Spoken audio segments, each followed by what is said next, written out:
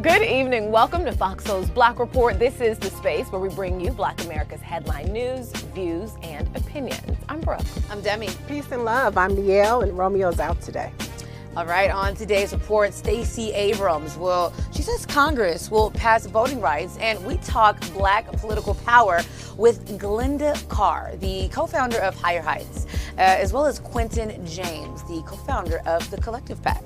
Netflix is investing in Black-led banks. We'll tell you how much and what the plan is. Plus, we have the latest in the killing of philanthropist Jacqueline Avant. Such a tragic story. Soulmates, we have that and so much more. You know why? Because it's our voice and it's our truth. So let's get to it.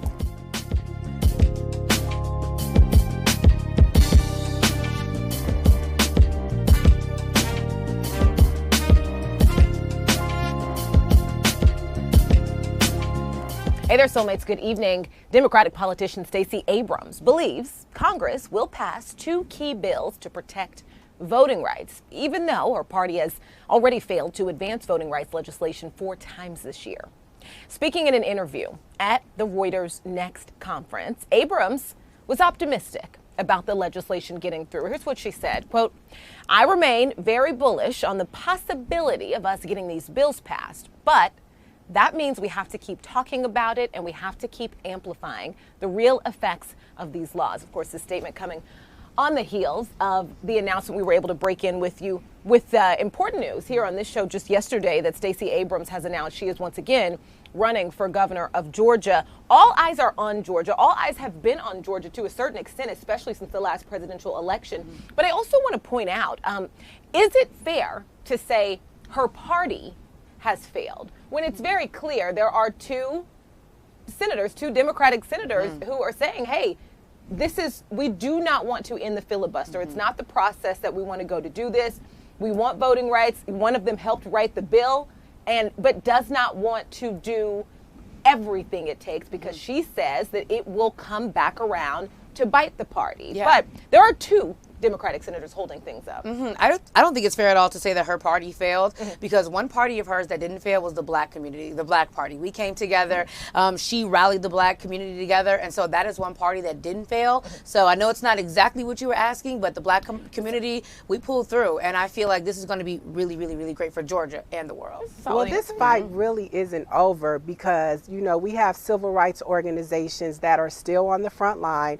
As a matter of fact, I talked to the Black Women's Roundtable policy yesterday, the communications director, and they're already planning another plan of action next week on Capitol Hill. So yeah, there are two Democrats in the Senate that are, holding things up. But we also have to look at the Republican Party and see how Democrats are trying to get, if it's not 10, but 12 of those individuals, which is going to be a hard sell to be able to sway them so that we can get these bills passed. But if Stacey Abrams is saying that she believes it can happen based upon her productivity with her organization in helping push Raphael Warnock into office along with other organizations, I think that she may have some intel that we don't know about that can possibly make that happen. Yeah, okay. Well, I'll move right along because when we talk about political power, two organizations that we have right now, which I'm so honored to have, joining us to talk Stacey Abrams, the 2020 midterms, and Black political power, is co-founder of Higher Heights, Glenda Carr, and co-founder of the Collective PAC, Quentin James. Welcome back to the Black Report. Thanks for having us. No, it's such an honor to have you because we're talking about, what was done with the election in November. We're talking about getting Senator Raphael Warnock into office. So, what are your thoughts? Stacey Abrams is saying that, she believes these voting rights will pass on Capitol Hill. Glenda, I know that you were with a lot of Black women. You met with the vice president. You were at the White House. Talk to us about what your thoughts are about these voting rights bills being passed. Yeah, overwhelmingly, Americans want the right to vote, right? That transcends race, gender, and political ideology. What's entered into this discussion is the political football between the Democrats and the Republicans. And so we need to continue to build political will and political demand. And that means, voting is a participatory sport. And Black women have led the way, not only voting and being the building blocks to a winning coalition, particularly for the Democrats. We organize our house, our block, our church, and our sorority to vote. And that is the same energy we need to do as it relates to holding our elected officials accountable.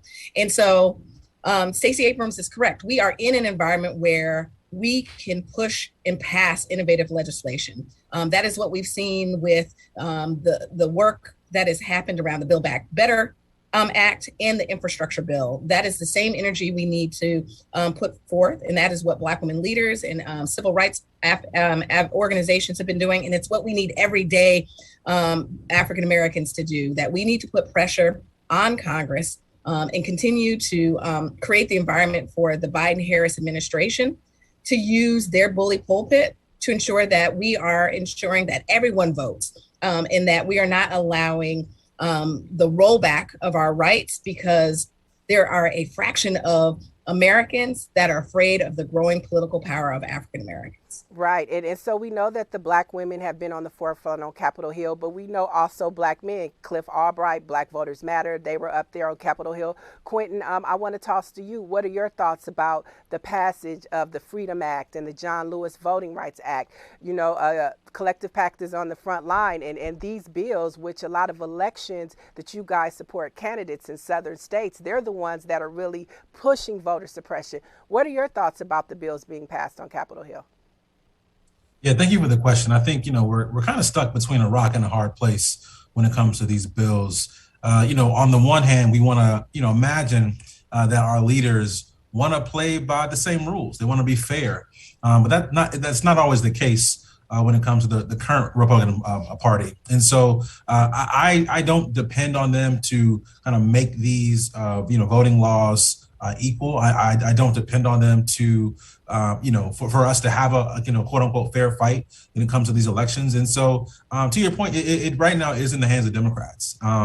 We have two there in DC in the Senate who, I'm hopeful that Leader Abrams, that the, President Biden, Vice President Harris can continue to pressure them and get them to, move the filibuster along so we can, get the bills passed with a simple majority. But everything I see from the other side just says that these things may not come to fruition, which is why, we work on making sure Black folks have an equal seat at the table. Right now in the Senate, there are only 3 Black members, 2 Democrat and 1 Republican. And so that number should be closer to 13 total.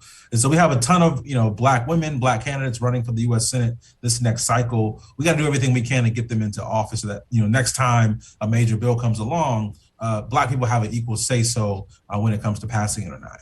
Right, and we know that there is not a Black woman in the Senate, so that'll be pretty important to get somebody on that table. You brought up Stacey Abrams.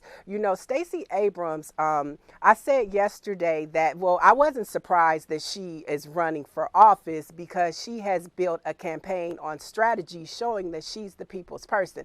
How surprised were the two of you, real quickly, that she announced her candidacy to run? Glenda, I'll start with you. I mean, certainly it was one of the most watched announcements of the year. Her announcement yesterday has created a history-making number of Black women running for governor all in one cycle. And so we have an opportunity not to just break the glass ceiling for Black women. We've never elected a Black woman governor in this country's history. In fact, Stacey Abrams was the first Black woman to be a major party nominee in our country's history. So she's actually built the blueprint for this moment, not only for her to run again and build on her campaign in 2018. She's actually created the blueprint that Black women that are running for governor across this country, and they're running in the Deep South, in the Northeast, in the Midwest. But we are also at a point in our country's history where it's not just about electing the first Black woman governor. What we've been saying, and Quentin and Collective PAC have been saying, we have an opportunity to elect a cohort of Black women governors in 2022 and a class of Black women U.S. senators in 2022. I love it. So Quentin, I want to jump to you, and I want to talk about how Stacey Abrams running for governor in Georgia could impact the entire ballot. Now we know that Raphael Warnock is running to be to keep his seat, and he's running against Herschel Walker. There are some ballot measures that are happening there. How impactful will her being on the ticket affect the whole Democratic ticket and ballot measures in the state of Georgia? It's huge. A lot of us have kind of forgotten, but, there was a phone call made last year from President Trump to folks down in Georgia, the Secretary of State, the Attorney General, trying to get them to change the, outcome of the election in Georgia, because it came down really to, 2 or 3 states, Nevada, Arizona, and Georgia. And so Stacey Abrams allows that entire Democratic ticket to be viable, right? So not just the top of the ticket with Raphael Warnock running for Senate and her as governor, but lieutenant governor, attorney general, secretary of state. These positions will be really critical, not just in 2022, but for 2024, when the next presidential election comes around. We want to make sure that up and down the ballot, right, whether you're a state rep or you're an election administrator in a particular county, that these folks have not just a great shot, but energy going into those ballot boxes to get them over the top. We have to have Democrats.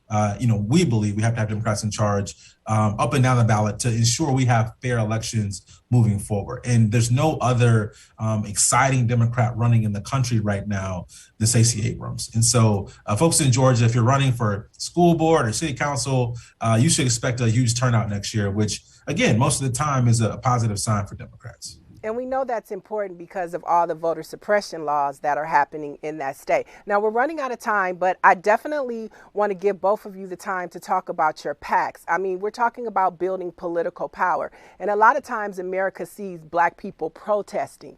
They don't really see the faces of the people who are actually building Black political power in this country. And the 2 of your organizations are at the top tier. So Glenda, before we go, I want to start with you. Higher Heights focuses on Black women. Can you talk briefly, you have about 60 seconds, about the organization and some of the candidates that you have pushed over the limit and who we should be looking at for 2022? Sure. So Higher Heights for America and our Political Action Committee, we're the political home for Black women, a place for us to build our collective political power from the voting booth to elected office. So we're unapologetically about advancing the policies, the politics, and the leadership of Black women. And since our founding, we're going to be 10 years old this next in 2022. We've seen incremental gains of Black women running and winning for office. So in 2014, there was 1 Black woman serving as a mayor of top 100 city. We currently have 8. In 2014, there were 18 Black women serving in Congress. We now have 27. So that being said, we've seen gains, but there's a lot of work to be done. We've helped to elect Kamala Harris as the first woman of color and Black women to serve as the vice president of this country. And we continue to send amazing Black women to Congress who are bringing their lived experiences and their qualifications, like a Lauren Underwood from Illinois, who's a congressional member who just passed a major piece of legislation that was signed into law to help Black maternal health. That's what happens when we elect Black women that come qualified, that come with that experience, that not only helps the Black community, but frankly makes a better America. Thank you so much. And when you guys see that Black Women Lead hashtag, that's Higher Heights. Okay, Quentin, now your Black political PAC is for men and women. Tell us about the Collective PAC. Sure. We started off back in 2016 with the mission to build Black political power. As of this Tuesday, with the election of Andre Dickens in Atlanta, we've now helped over 300 African Americans get elected to public office, local, state, federal level. And listen, we believe one simple thing. If you want to change the laws, we must change the lawmakers. So right now, 90% of people who are in public office are white. We want to change that. We want to make sure that more Black people are serving in political office to change the laws that we know need to be changed all across the country, up and down the ballot. So you can visit us at collectivepac.org, and please visit our friends at Higher Heights. They are leading the way, supporting Black women. I think this will be the next year of the Black woman political leader. And that, again, is a testament to Glenda and all the work that they're doing at Higher Heights. Thank you guys so much for joining us, and we definitely want to keep this conversation as we move forward to the 2022 midterms. Happy holidays and peace and blessings. Thank you. Great interview, Niel. Symone Sanders, senior advisor and chief spokesperson for Vice President Kamala Harris, is leaving the Biden administration at the end of the year. A White House official confirmed the news to The Hill on Wednesday. Sanders has served alongside President Biden for 3 years, starting as a member of his 2020 presidential campaign before moving to the transition team and then later becoming deputy assistant to the president and senior advisor and chief spokesperson to the vice president. Sanders is the second senior member of Harris's communications team to announce their departure from the White House in recent weeks. The move comes after CNN reported last month on frustrations among the vice president's team and, more broadly, White House officials about the role Harris is playing in the administration. So there's two ways that we can look at this here. So the first, of course, the most obvious way is it doesn't really look well to people leaving Kamala Harris's team. Of course, we're talking about Ashley Etienne in communications, two black women working under, so to speak, a black woman. It doesn't really look good, but a lot of people are online, and I feel like you guys have probably seen this.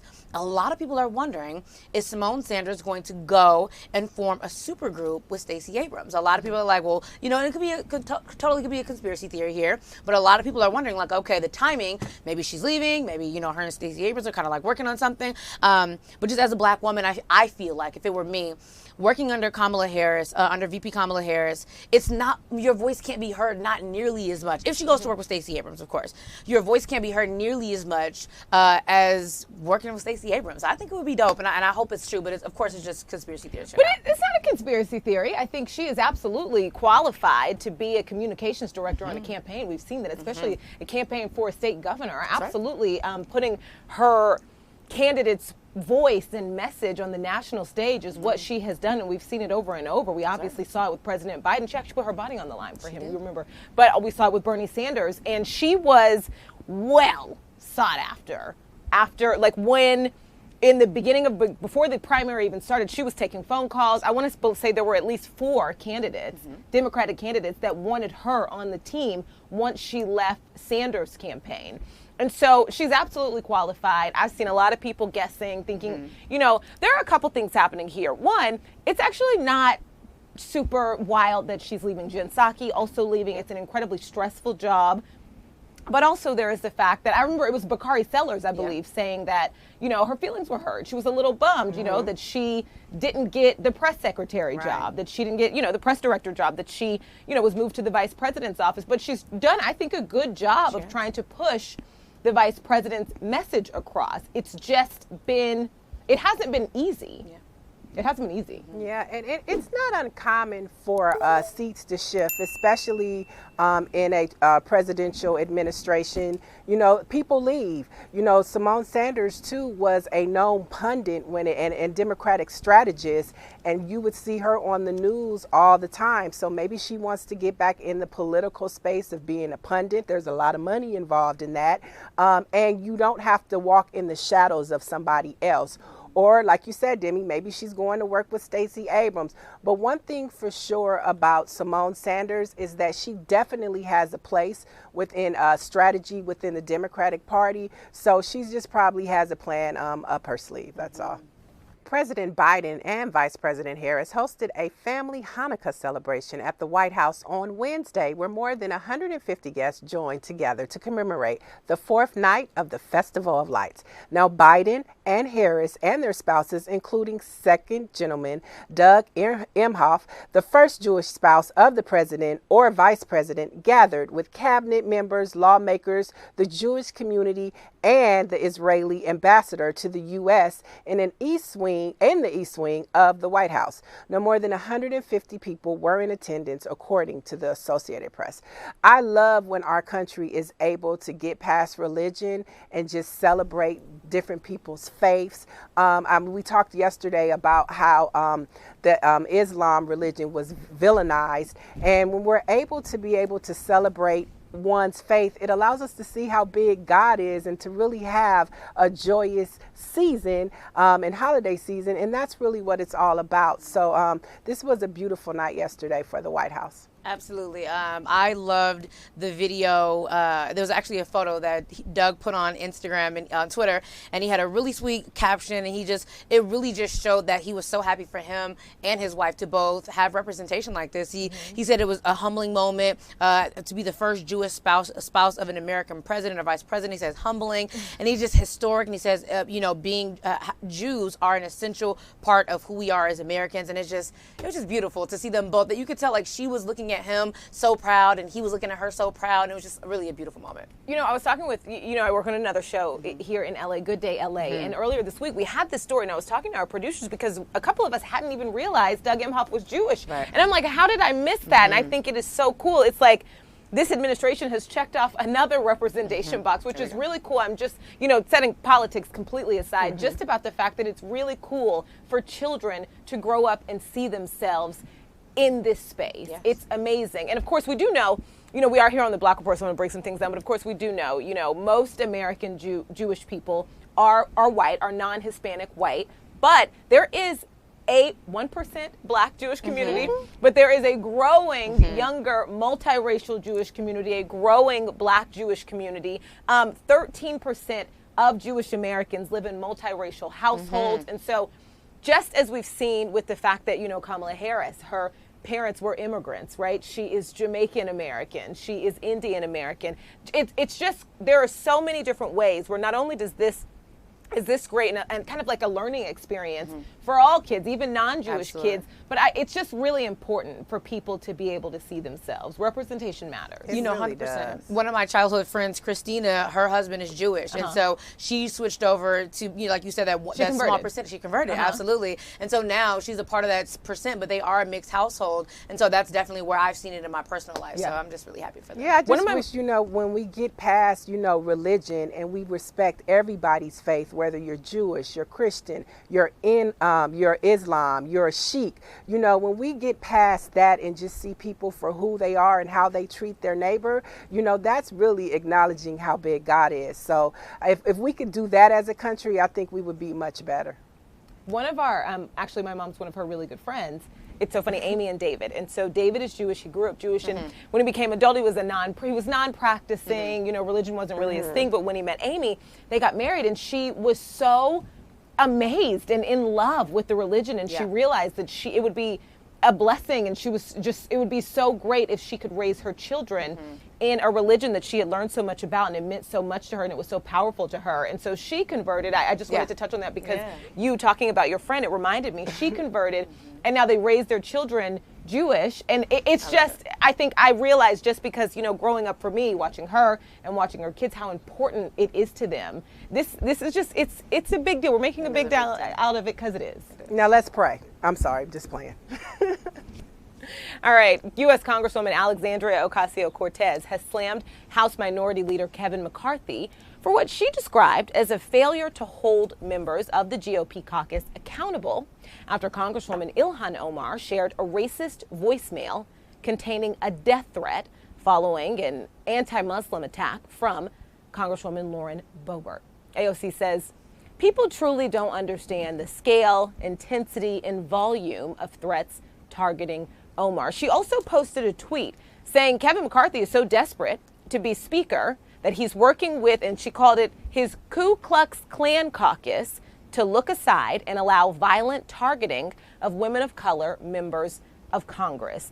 Incredibly strong words. And so I want to take things to an article in The Hill actually today, talking about not only the hesitancy of any pushback from the GOP side, but how that hesitancy coming there also puts Democrats and Democratic leadership in an interesting position, because they could also, try to, possibly get her removed from committee assignments, whether they censure her, that could also be up, and nothing so far is happening. And as this article says, the hesitancy has been tempered in part by Republican leader Kevin McCarthy's vow to treat the Democrats similarly when the GOP retakes control of the House. The not so subtle implication is that Republicans might simply proceed to remove objectionable Democrats from their committee posts, even without the pretense of ethics offenses. And so saying even something that is not equal to this, even something that's not hate-filled, it's not offensive, that it will simply just open the door to do that. And then, of course, the pushback is that maybe they're going to do that anyway. You know, I was really nervous about the pushback too, Brooke. Because at first I was like, wow, the bravery of Ilhan Omar, the bravery of AOC to speak up, and the bravery of AOC to defend Ilhan Omar publicly was just absolutely beautiful, because women of color have it already so bad. But then I forgot, I think it was, I don't even want to mention her name, but somebody put a tweet on Twitter that made me think like, okay, this could not be good, because we were defending Ilhan Omar for being called a jihadist, and then we go back, we saying AOC, come back and, you know, do a racial slur as well, you know, calling them the Ku Klux Klan caucus. Like, I don't know, just will that have some pushback for her saying that? I don't think it's a racial slur, though. Their behavior, it says that. I see no lie in what she said. And one thing that I do like about the squad is they're not afraid to speak truth to power. And that's what needs to happen. Sometimes you have to learn how to make people uncomfortable and make them look at themselves in the mirror. And her making this statement, I hope that it made them feel uncomfortable. And some of those Republicans, you know, I'm just waiting for at least one or two of them to crack, so that, you know, we will begin to get back to what nonpartisan and what government is all about, to where we can have different points of views, but you don't have to be racist. And one of the things that people are saying about the Republican Party is that they're becoming a racist organization, and their behavior. I'm not talking about their words. I'm talking about their behavior, and their actions dictate exactly what AOC said.